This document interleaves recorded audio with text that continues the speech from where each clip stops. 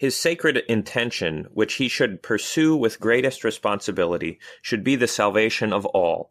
With each sheep he has this purpose. Each should be treated according to its need, and all of them should be treated with the same kind of love.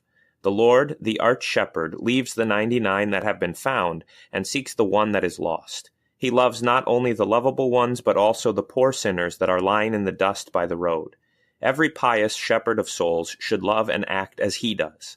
Nothing can turn his love away from anyone, as long as God's word itself does not order otherwise.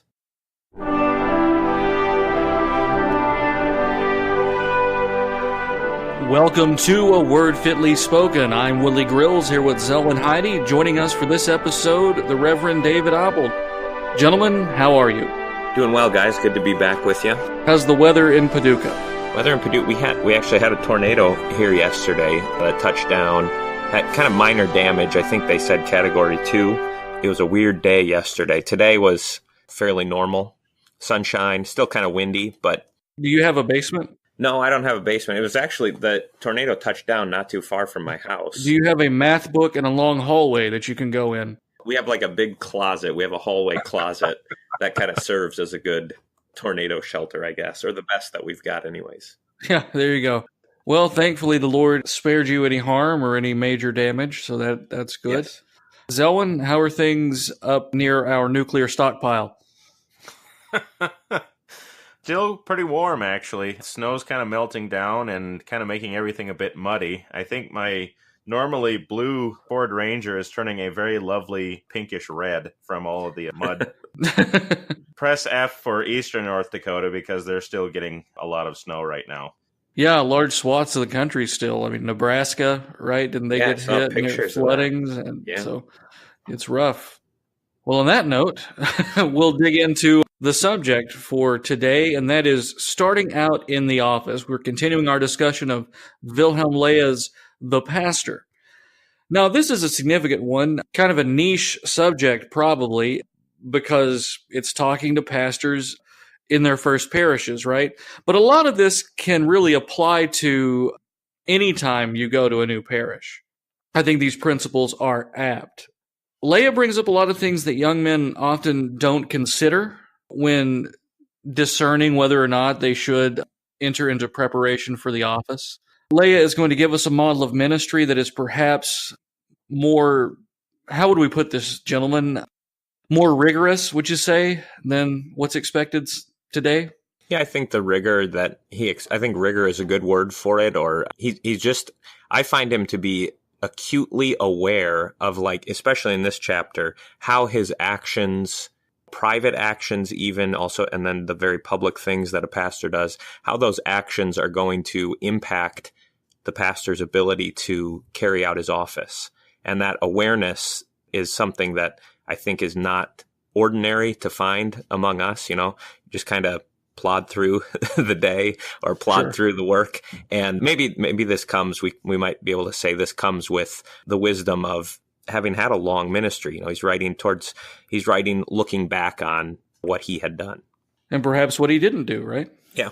So then, where does Loehe begin? I would want to say this. I know we're going to touch on this quite a bit later, but the overarching concern here when he's talking about getting started in the office is gaining the trust of his members and the importance of trust. I guess this is just a brief note before we actually dive in. The importance for the parishioners to be able to trust their pastor, and also the importance of the pastor to gain that trust, not in like a self-aggrandizing way, right? We're not interested in becoming everybody's favorite person. That's not what he's talking about. But the need for trust because of the nature of the ministry is what drives, I think, this whole chapter. Would you guys agree? Sure. It's part and parcel of being above reproach. And trust is an indispensable characteristic. And it's something that's quite fragile in a lot of ways. I think Loehe made an excellent point at one point during this chapter when he says that if you're pursuing trust, like you're actually trying to get people to trust you, that's actually going to work against you. And what he means by that is the kind of guys who are trying to be everybody's friend. Yeah, I think you're right. Yeah, ingratiating yourself in a way, or kind of wagging your eyebrows, that kind of approach. What is that's a new one for me, Willie. Well, if the podcast ever goes video, I guess we could try to illustrate that more clearly. Just think of John Lovett in the old Saturday Night Live skit. Yeah, that's the ticket. That kind of stuff. So he begins by talking about the different kinds of people you'll have in your parish, in your congregation, right? And I think he begins by talking about the need for the pastor to love every one of his members for their salvation, right? That's always the goal. The pastor wants every one of his members to be saved. If that's not possible, then as many as possibly can be saved, to be saved. And so he's going to talk about the various kinds of people, and he's got some kind of classifications, I think, of his members for this purpose. The way that you deal with different people is different, right? So the way that you gain the trust, or the way that you interact with one group of people, would be inappropriate with another group. And you want to be aware of that. Yeah. Well, what would be some examples of that, just practically? I mean, even in our context. Yeah, he talks about the first people who come to you. I don't think that it's wrong of him to say this. He's not just being a cynical person, but he says a lot of times the first people who approach the pastor are the ones that you want to be, not that you're purposely, stiff-arming them or something, but that's usually the people who first come to the pastor oftentimes will come with some kind of agenda, right? They want to feel him out, either to get him on their side for something that's been cooking up that the pastor doesn't know about, or they just like to have the pastor in their back pocket or something like that. And so that's just one example of a group within the congregation. Right. And Loehe's actually going to warn against too easy of a fellowship. Yeah. Or an irresponsible camaraderie with the parishioner, especially at the beginning. There's this great verse in John, I think it's chapter 2.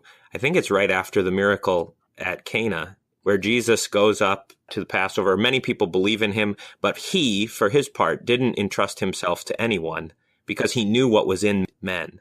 And that verse I never quite knew what that meant, but I think this is exactly what Loehe is saying. Like, as the pastor, you need to be aware that people do not come to you. Don't be naive, right? People do not come to you without motives. And so you don't want to too quickly believe everything that's said to you. I mean, or it's a case of being easily flattered on the one hand, or easily intimidated or buffaloed on the other. Two sides of the same coin there. Yeah. And like you say, it's people who would want to exert some kind of force or manipulation upon the pastor. The other reason is it creates enmity between the members at times too.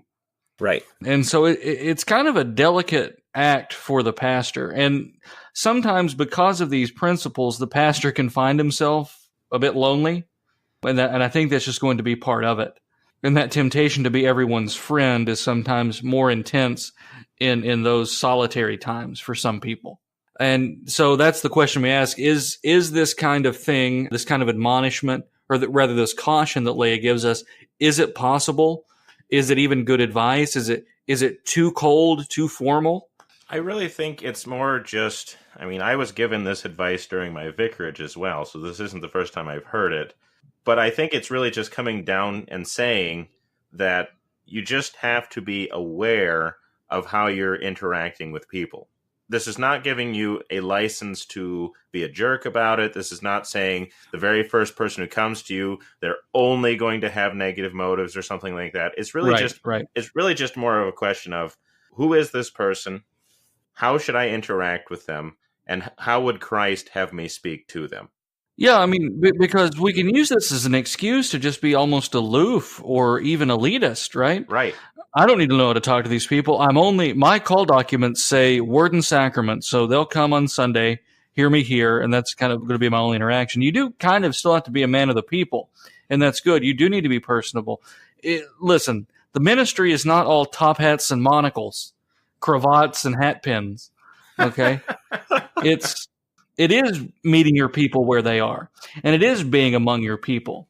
But there is a distance that has to be kept for any number of reasons. So, yeah, we're not saying be elitist. We're just simply saying, or Loehe rather, simply saying, be prudent, be wise. That's a good point. The purpose of this is not, the purpose is actually so that you can better know your members and then interact with them appropriately, right? So I don't think that he's saying you can never open up to your members or you can never receive them. You shouldn't spend time with them. That's certainly not what he's saying. But what he's saying is when a person first comes to you, don't think that the first impression, you're going to know everything you need to know about that person. Right. And the job actually requires this kind of, you have to sort of be a watchman and you have to have the view from the outside, because when you go to people with whatever, pastoral guidance that you need to give them, you have to come from the outside with a certain kind of objectivity that you couldn't have if you just, kind of believed everything that was ever said to you. And, you'll notice he doesn't really spend a lot of time on a topic like this that we would today, like with the case of being alone with members of the opposite sex. I mean, that's the most obvious example of this kind of principle, or of the same sex. It's 2019 after all. Yeah. Oof. That's the world we live in now. So, being mindful of that sort of thing, which of course is a problem in the 1800s just as much as it is today. But that's probably the easiest one for us to fathom. Is there's a reason why pastors don't put themselves in those kinds of situations where it could even give the appearance of evil. But it's also much more, as we've discussed, a little more, even more practical than that. So moving on here really quick, the next pill is one that's pretty hard to swallow, and that's Loehe telling us to be prepared to stay a while. And what does that mean? His primary concern here is that you don't look at all of the negatives of a situation and say, oh, well, this is just my first call, I'll just get something better. In fact, I kind of bristle at that language of first call because we sort of assume that, the first one's always just going to be that. Yeah, a guy always has one eye on the door. God moves people. He sometimes moves people after a short time, sometimes after a long time, oftentimes at a medium time, whatever that means. God does do that. He's saying that we don't try to orchestrate our exit or don't assume our exit, because it is true, especially guys coming out of the seminary, that this call may well be the only call you receive. You might be there your entire ministry, and it does happen. The point is, don't keep an eye on the door simply because everywhere you go is going to be a job. It's going to require work. You know why? Because you're going to a church filled with sinners. You're going to a place where there is sin. So you shouldn't expect the grass to be greener on the other side. Listen, every parish you go to is going to need some new sod put down. And that's just the way it is. You weather the storm as you can, and if the Lord calls you elsewhere, he calls you elsewhere. But in the meantime, he calls you to be where you are. I think, too, Loehe has a really keen insight into human nature within, like, the way that congregation members relate to one another and watch the pastor and kind of see who he befriends or who he ignores. That's what the first section was about. But here it's more, the insight is the pastor himself, when he gets to a new place, it's the easiest thing in the world to see all the problems. And then the natural or the sinful, the next step is, I just got to get out of here, right? There's too many problems. So I'll just go somewhere else. And when I go somewhere else, then I'll find, the grass is greener over there. And like you're saying, Willie, the point is there is no place where the grass is green, and you're not there to just enjoy all the good things, right? He's got this great quote. I got to read it because it's so good. He says, "It is unmanly and childish to want everything good," which shows that one does not want what one ought, that one does not comprehend the exalted love of a shepherd, that one has sought oneself, not the office and the kingdom of God, if one sighs and moans with homesickness for an earthly home. Like you said, this is a hard pill to swallow, but it's necessary because the temptation is so easy to slip into. Woe is me, my congregation, I just have all these problems. I got to move on. And I think something that makes this really a stark point is that you consider that Loehe was known for being a great missionary advocate. So he sends a lot of pastors to America. When he sends them over, they come to America knowing full well that they may never see their home or their family ever again. And they give it all up for the sake of the kingdom. Now, some of these guys will be able to make it back to Germany. I think like Walther did, right? I mean, he wasn't sent by Loehe, but he still came from Saxony to the New World, or the New World, to America. You could make it back, but chances are regular missionary sent out to be a circuit rider or parish pastor, that's it. You're going to say goodbye and you're going to see him on the other side. You're going to see him in glory. That really hammers the point home. Our homesickness is really of a different flavor than theirs. Yeah, I think the homesickness, right? And this is a thing that we do encounter, and we experience it ourselves to some extent. You're in an unfamiliar place, you're surrounded by unfamiliar people, and, especially now when it's so easy to see back to your family. I mean, you can FaceTime. I FaceTime with my family all the time, and so you see what you're missing out on, or what in your mind you're missing out on, and that's really kind of counterproductive, because it only amplifies the homesickness, right? And so what Loehe is so good at here is to remind you, you're not there, you're not called to enjoy all the good stuff. You're not called to have this earthly home. You're called to work. And that's something that is worth reading and saying out loud and reminding yourself of. He even applies that to things like your salary, for example, to things like your parsonage, for example, to all of these earthly things. And he says, we might look at some of these things and say, maybe the parsonage isn't quite what we want it to be, or maybe the salary isn't quite what we want it to be, or any number of worldly concerns. And he says, if you're so concerned about those above all else that it's driving you away from your duties, you really are focusing on the wrong thing. That, we are called in some sense to forsake the world, to endure much for the sake of the kingdom of God. And those who have left behind homes and families and all this, they will receive much, but they will also have to suffer much. And amen. We'll be right back with more Word Fitly Spoken.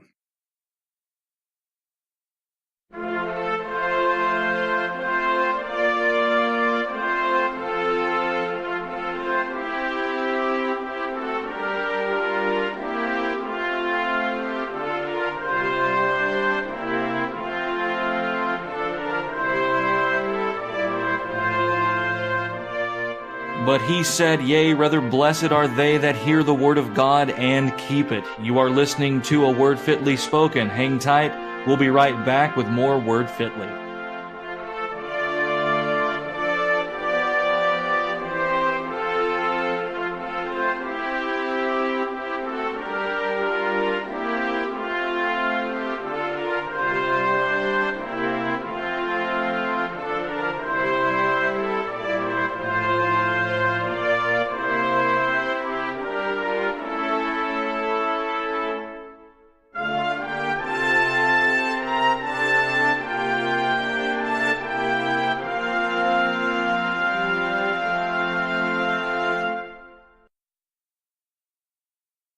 And we are back. You are listening to A Word Fitly Spoken. Willie Grills, Zelwyn, Heide, David Appold talking Wilhelm Loehe, talking the pastor, and starting out in the office.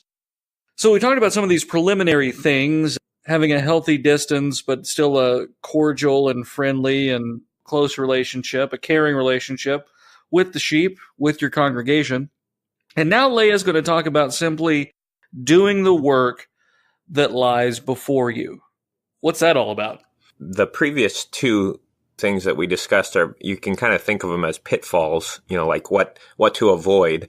Here now he's going to say, okay, now once you kind of get over that initial homesickness, or you get over the initial, I see everything that's wrong, then you set out to do things. And again, he's really great on just the insight into human nature here. The pastor's going to want to fix everything immediately. And he points out this is dangerous, right? Because you're doomed to fail. And then what happens is you immediately show that you are a beginner, and you lose, again, think back to what we were saying at the very beginning. The problem with that is you lose then the trust of your members, because people will see, oh, he tried to do too much. And that's the sure sign of kind of a fool, or the sure sign of a beginner anyways. Examples that he uses, I think, are actually kind of vivid and almost a little counterintuitive for us as preachers. I mean, the first one he says is we shouldn't be methodical with our visitation. And I'm assuming, and maybe you want to correct me on this, David, I think what he means is that, don't do your visitations as if it were, I have a list and I'm just going to go from A to Z or, something like that. Because he says the people who are going to try to avoid you can avoid you even if you are going about it methodically. Yeah, I don't know exactly what he means, actually, Zelwyn. I think my impression was that he's saying, like, when you go to visit people, don't have like this methodical, here are the 5 things we're going to talk about kind of a thing. Okay. Yeah, knock on the door and be like, hello, good day. Yeah. Now open your catechisms. Right. Because, and what he says is they will soon learn a method to hide from you, right? So when your visit is methodical, it's very easy to give methodical answers. And that's self-defeating, right? And so he talks about, I think part of what he's saying is don't be overly visiting, which is sort of the opposite of what we need to hear and what we've talked about on the podcast, right? Because we will again use that advice to say, well, see, I don't have to visit. Loehe says I don't have to visit. But he's just saying don't rely on a method when you're doing it. Actually visit people when you go to their house. Be a human being, not a robot. Is that kind of the... Yeah, I think so. But Willie, you had asked, like, what's the better way? So instead of trying to do too much, what he says is just be a beginner. Admit that you are a beginner and be a beginner. Don't try to come across as if you know everything and you have the answer for every problem in the parish, but start small and grow then in the amount of work that you're doing and also the intensity of work that you're doing, right? Because again, what people will then see is instead of a guy who flamed out right away, they'll see a guy who started small and grows in the work kind of in a natural way. One of the other things he's going to caution against is overly specific sermons. I think what he means by this is if you go into a parish and you start to address specific situations immediately and with like the full fire of all of the rhetorical impressiveness that you can conjure, you're basically just going to create all kinds of tensions because you haven't really gotten to know these people yet. You don't really know the full story yet. And yes, there are times in which you will be kind of forced to address certain things, but you should still go about it with a certain kind of prudence, recognizing that the people need to trust you more before you can actually bring the law to bear in their lives in that kind of way, right? Yeah. We're very easy to say, you don't know me, you have no business telling me this or that, therefore I don't have to listen to you. Because, would we trust a guy who came up to us on the street and started saying, you're doing all of these things wrong in your life? Well, of course not. So we still have to actually know the people in order to actually approach them. Yeah. You have to gain their trust too, right? Mm-hmm. In order to be the one who's actually giving advice or even giving them the gospel in a way, right? You need to win their trust, and really the pastor must be trustworthy. That's sort of the tension there for a pastor, right? And I think he would admit that, like, the office of the ministry will have a certain, now it depends, I guess, on what your predecessor has done. But even though you're new to the congregation, you're not the first pastor in most cases, right? Unless you're planting the congregation, you're not the first pastor, for better or worse. And so there is some trust that's already there, but there's also going to be some suspicion that's already there too, right? And so trust takes time, and the only way to gain trust is to do the things that create trust, right? You have to works, right? It's through working with people.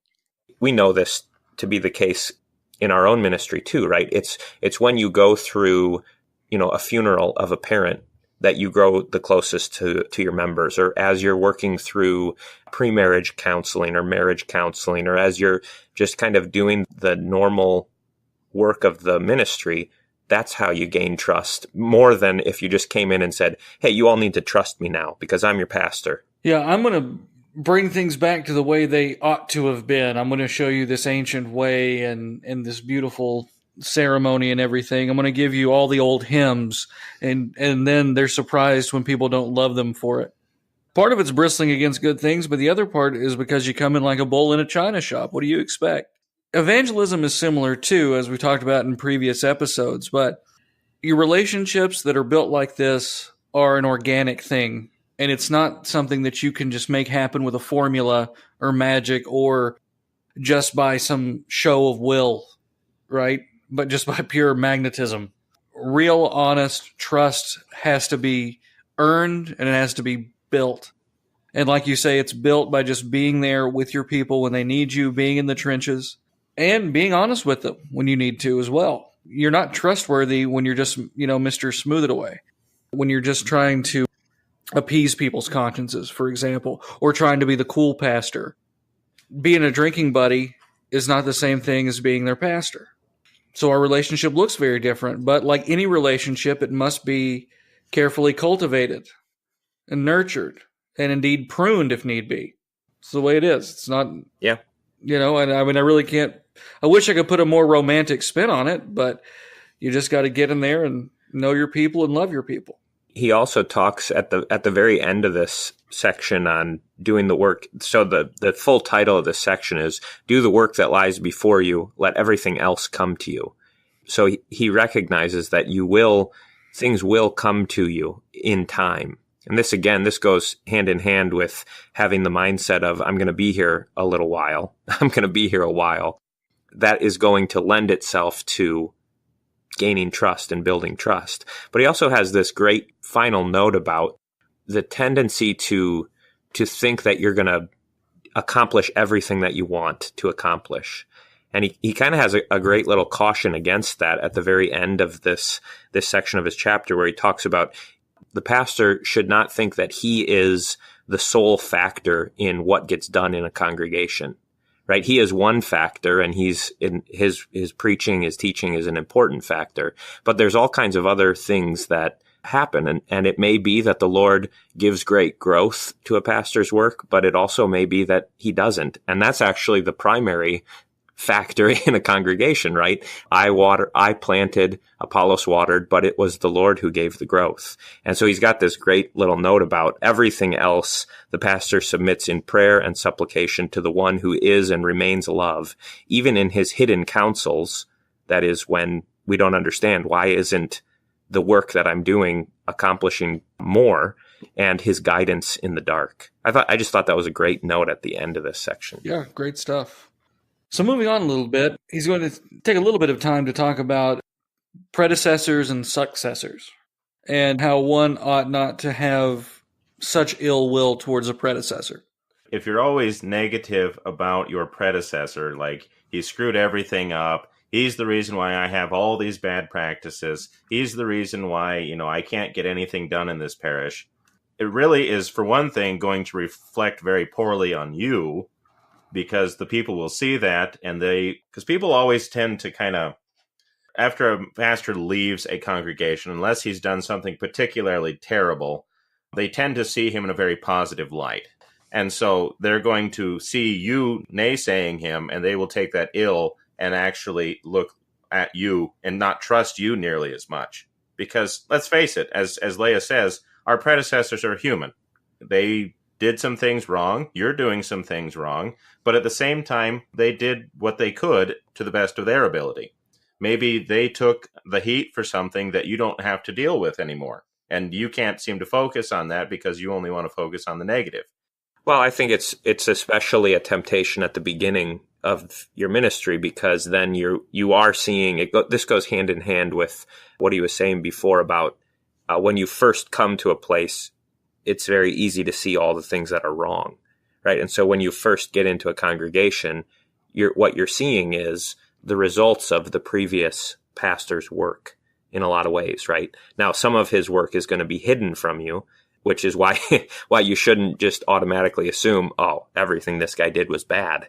Or on the other hand, everything he did was good, because you don't really have the full view of it. But this is especially important at the beginning of your ministry, which is why he has it in this section, of course, right? Because that's especially when you're going to be thinking, what did the previous guy do?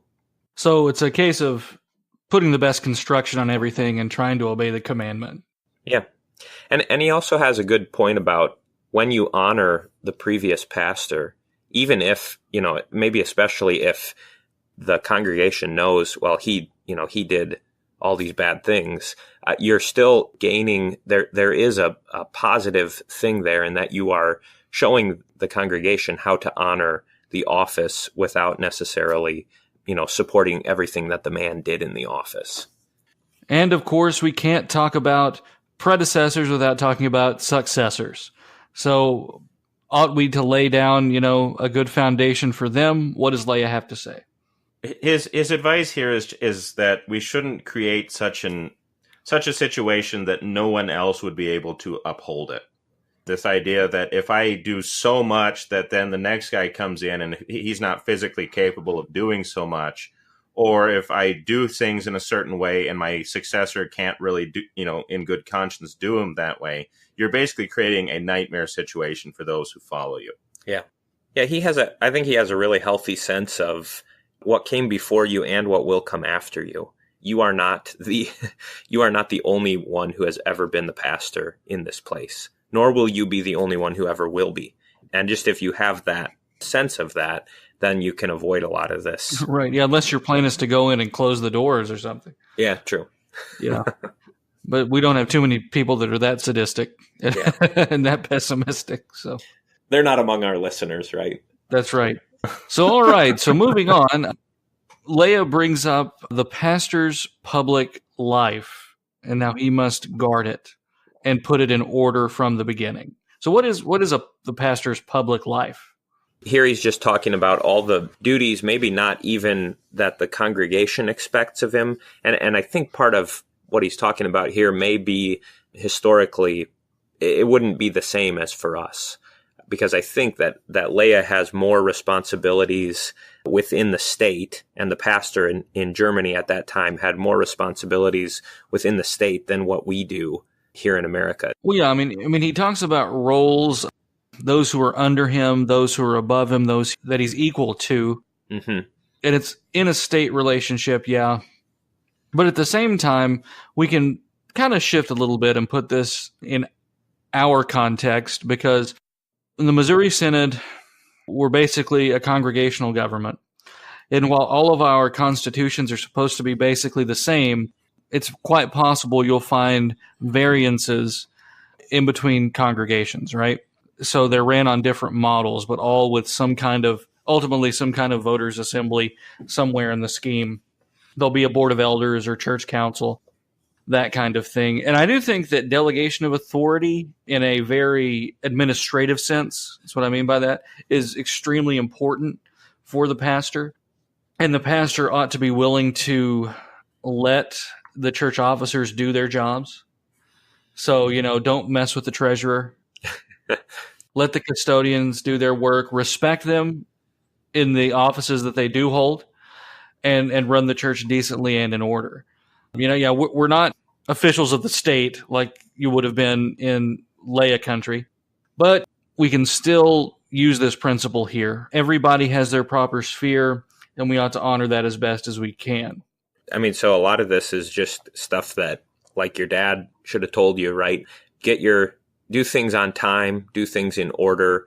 If people are reporting to you, like, make time to actually sit down with them, show them that this is what he means by those who are under you. If you're supervising someone, and it could be the work that's happening in a congregation, but it could also be, Willie, you brought up janitors. Like, I think in a lot of places, the pastor is not necessarily over the janitor, but he's interacting with the janitor quite often. And you want to consider how that relationship ought to look. Right, and let me just add this. Keep the janitors on your side. I don't know what you have to do to anger a janitor. They deal with the worst things, and just, don't make that guy mad. He's got one of the hardest jobs, or she.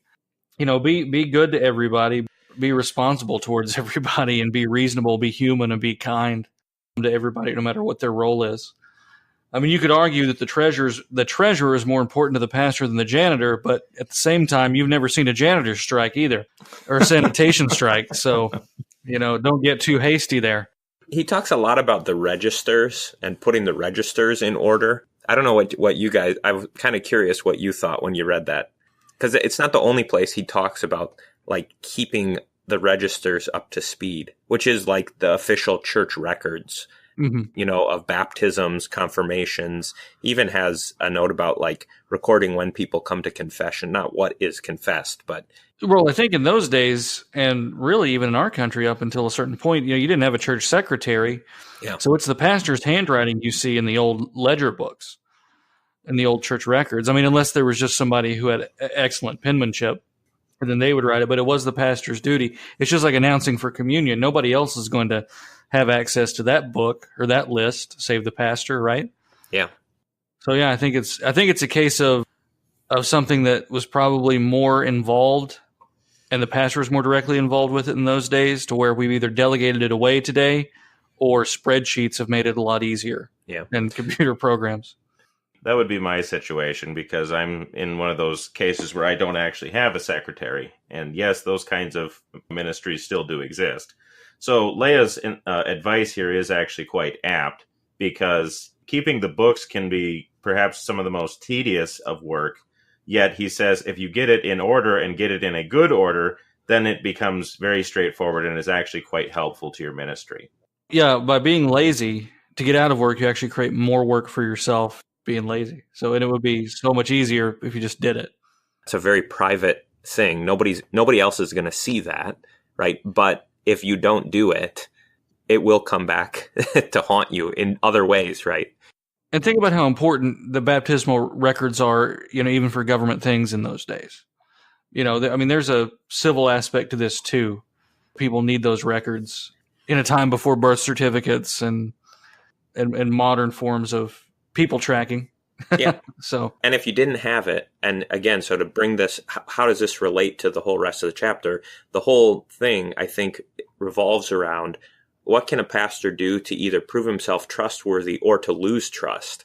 And one of the easiest ways to lose trust is if things are just always disheveled, Mm-hmm. It's the quickest way for people to, oh, pastor, do you have this? Oh, I can't find it. Well, people will start to connect dots and say, well, if he doesn't keep that in order. On one side, you can be just too distant, cold, almost too professional, top hat and monocle. On the other side, it's like you've got yesterday's eggs in your beard and cracker crumbs on your shirt, and you can't find any piece of paper in your office. So we have two things at play here. So don't be sloppy, and at the same time, don't just be perched in a tower somewhere. Well, all right, we've got to take a break. We'll be right back with more Word Fitly Spoken.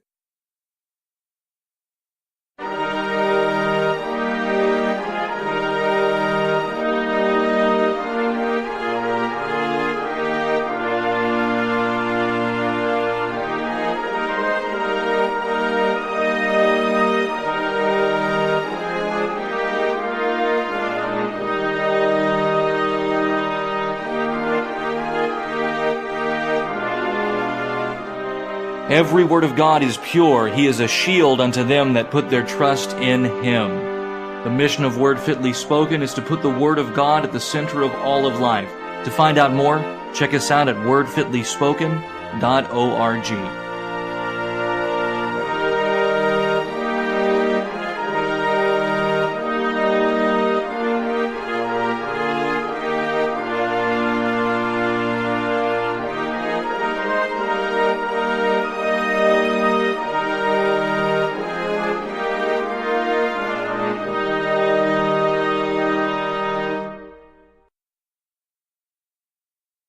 This is A Word Fitly Spoken. Willie Grills, Zelwyn, Heidi, David Appold talking Loehe's the pastor, and the pastor starting out in the office. So we finished up last segment talking a little bit about the pastor's public life, and now Loehe shifts to a discussion of the pastor's social life. So what does that mean? What does that entail? And how should a pastor view his social life? Well, he's going to talk about joining certain societies, which again, I mean, what he talks about, the particulars anyways, are going to be very different than what we would have opportunity to join, unless you're joining like the Kiwanis Club or something like that. Lions or something. Yeah. Yeah. I don't know.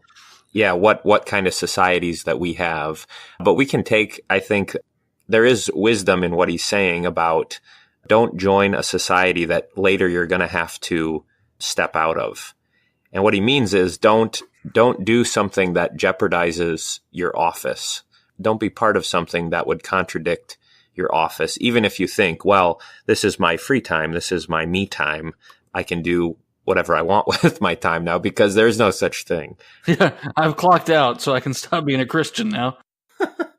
I also think it's interesting, because you mentioned it kind of being different from our own context. His assumptions about what a pastor is going to have available to him, I think, is quite telling, because he says this, like on page 54, if anyone has the book. While the jurist, the physician, etc., walk in very limited spheres of life and are almost forced to one-sidedness through their occupation, the pastor, through his office, is guided toward contemplating the general interests of humanity. He has the chance to take part in every intellectual movement, more so than other professions. That is also the reason why in every area of human knowledge, amateurs from the ranks of the clergy have excelled. So he's kind of talking about these like intellectual kind of circles that pastors in his day might have an opportunity to participate in, like how some of the most famous scientists, for example, were clergy. And that's not really something that's available to us as clergy in America at the present time. I mean, we're not usually viewed as being part of the upper crust, part of the upper class. Yeah, we have partisan online newspapers, Facebook groups, and blogs, though. What more do we need? With these, we shall be content. But your point is absolutely right, though. Even if we aren't in these same kind of circles, the circles that we do join are going to reflect on us. You know, should a pastor be seen going to... I mean, we'll just take an example that comes even from Gerberding. Should the pastor go to the bar, for example? How should we approach that? Yeah, and I think we sometimes get the perspective wrong on this. We say, is it a sin? And if it's not a sin, I'm free to do it. And that's not what Paul teaches us, for example, about meat sacrificed to idols. And I don't think it's what the Bible teaches us or what Loehe teaches us about our witness either. Just because something isn't a sin doesn't mean it's the best thing for a pastor to take part in. Right. Now, we're not saying, word fitly spoken is not making a pronouncement about going to bars or whatever. But truly, that's something that could be different depending upon which region of the country that you're in. In Boston, walk into a bar with your collar and you're probably going to get a free drink. In Alabama, people are going to be talking about it at church the next Sunday. And frankly, I don't think it's enough to say, it's right to say, well, if they're scandalized by it, they're just a bunch of pietists who don't understand the gospel, and then they need to just get over themselves. As a pastor, in a certain context, sometimes you're going to have to abstain from things that would otherwise be perfectly acceptable.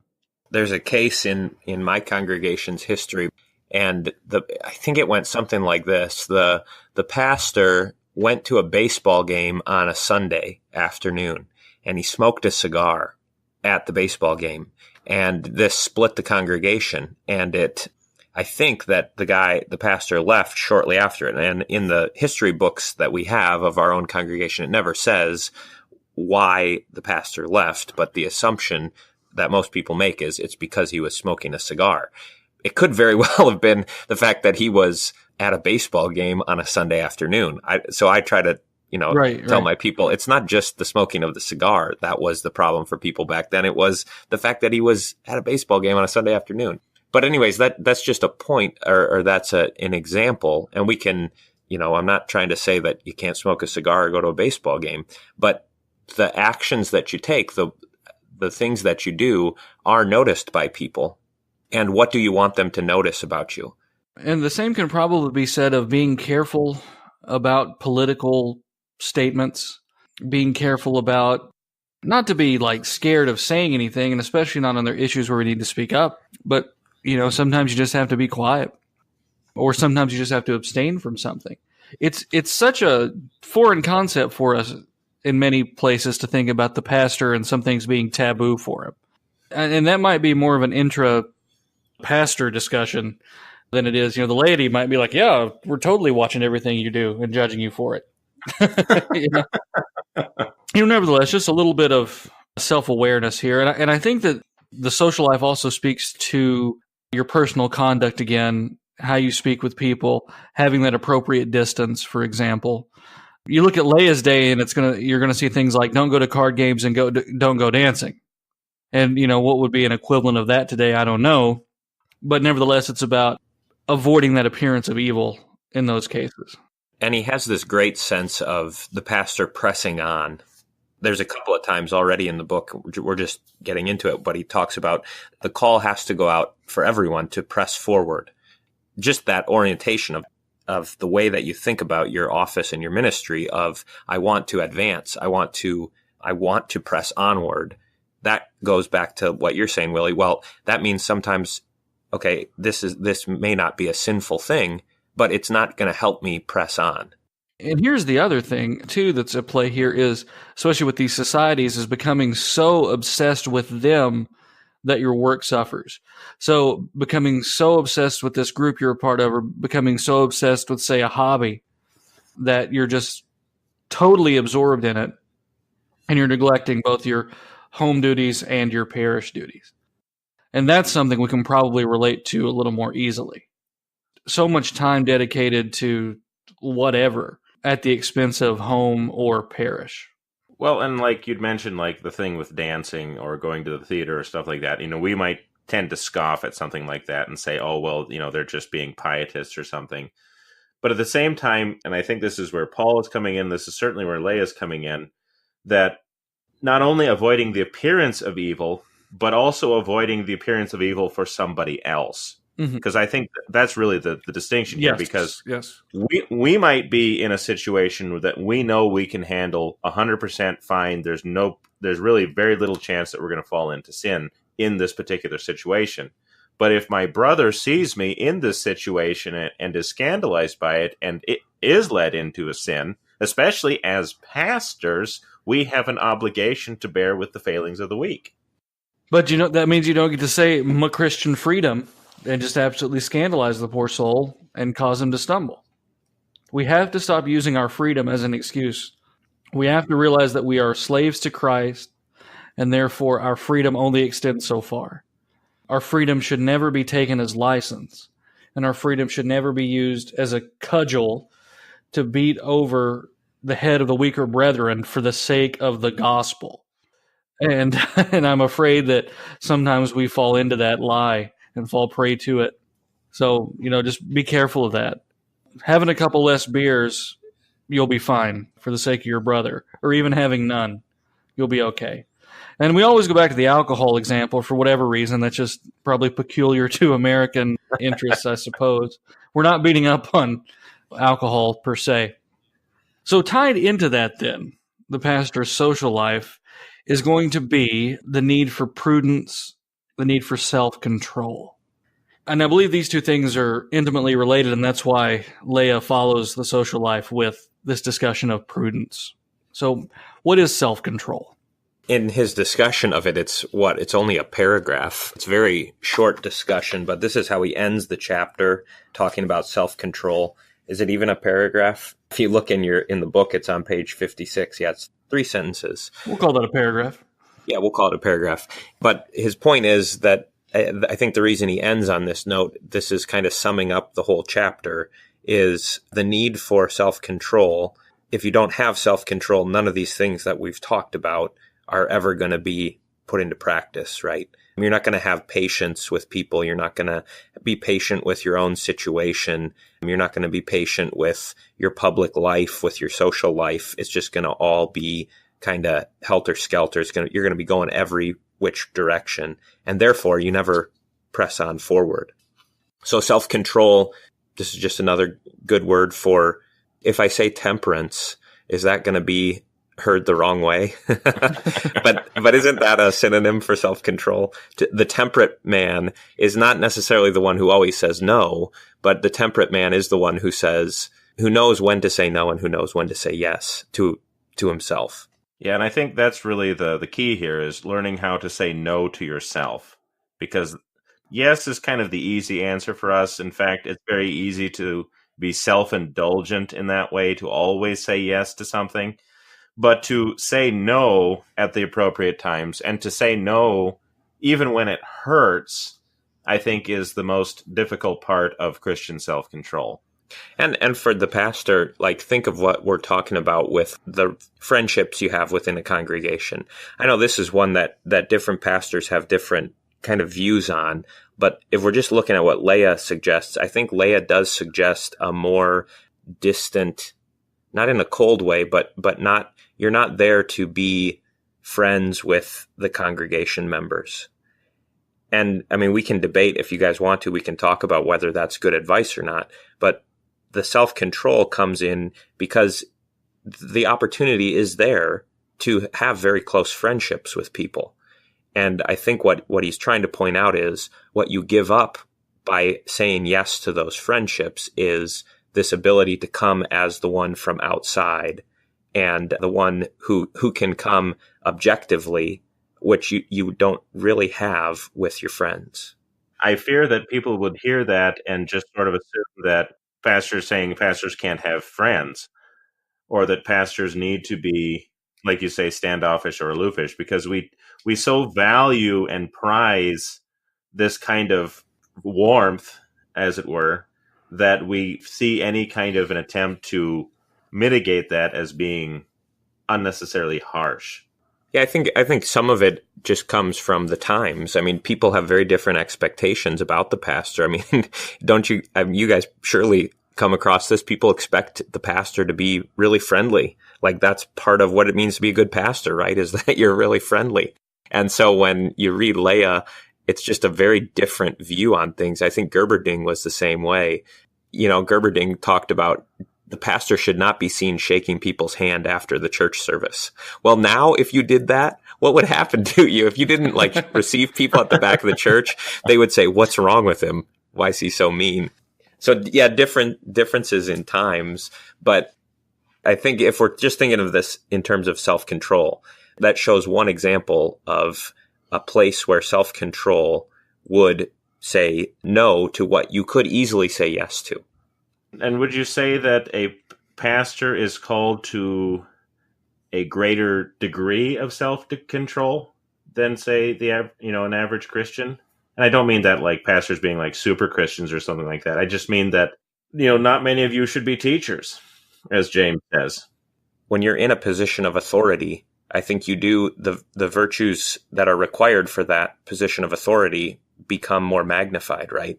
Because your actions, I don't want to say trickle down, but your actions will affect more people if you're in a position of authority versus if you weren't. And that's especially true in the pastoral ministry. Like, you have these souls who are in your care, and what you say and what you do matters in a way to a greater degree to them, not just to yourself, but also to them who are in your charge in a way that the janitors don't.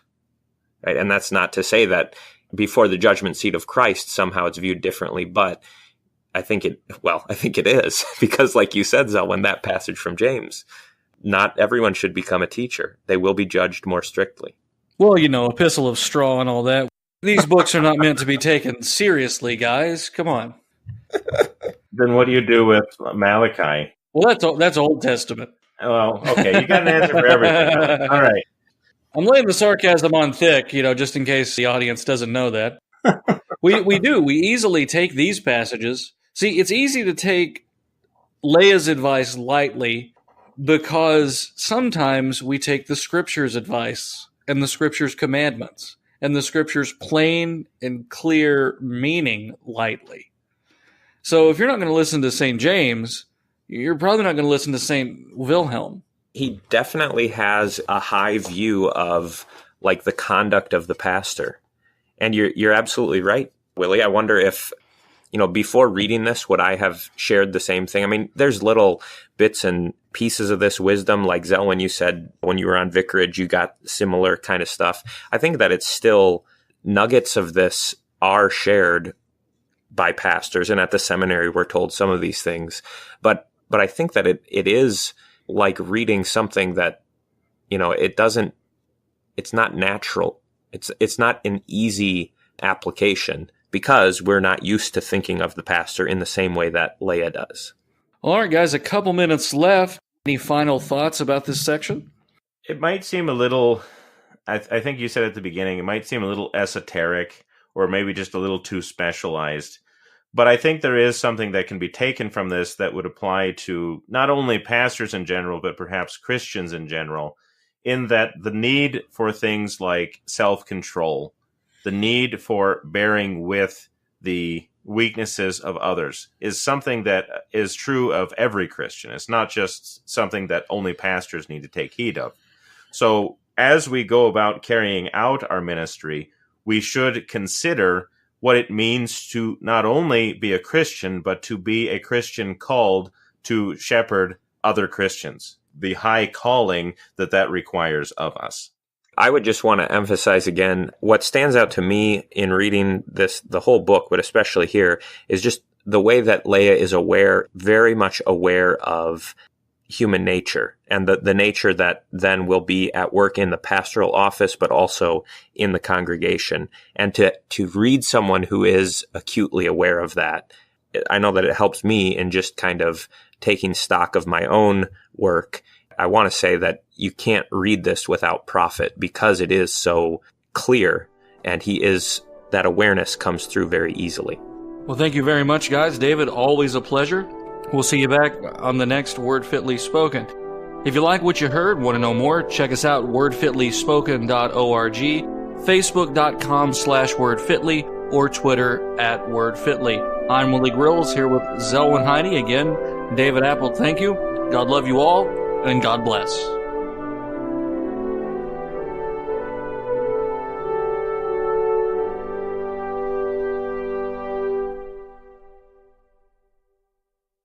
Trust can never be achieved immediately, only gradually. The means for this are works of love, faithful, patient works of love. Yet trust is not the immediate goal. Rather, it is the kingdom of God and its righteousness. Trust comes to the one who seeks the kingdom of God and its righteousness. It is therefore an undignified whoring if a pastor seeks to win trust at any cost. Men of God wish for trust, and they do what they can to awaken trust, but they do not run after it. Rather, they wait for it. In this way, it usually comes sooner and remains longer once it has arrived.